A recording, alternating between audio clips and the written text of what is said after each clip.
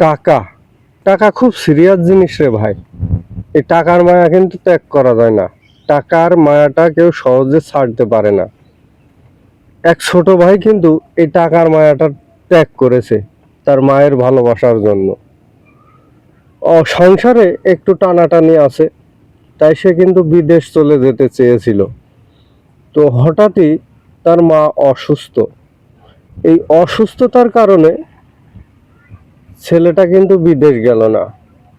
বলল, খুব কাছের ছোট ভাই বলল, ভাই আমি যদি বিদেশ চলে যাই শুধু আমার মাই আছে দুনিয়াতে, যদি আমার মাকে আর আমি না ফিরে পাই, এই কারণে ভাই আমি আর এখন বিদেশ যাচ্ছি না, আমার মায়ের শরীরটা ভীষণ অসুস্থ।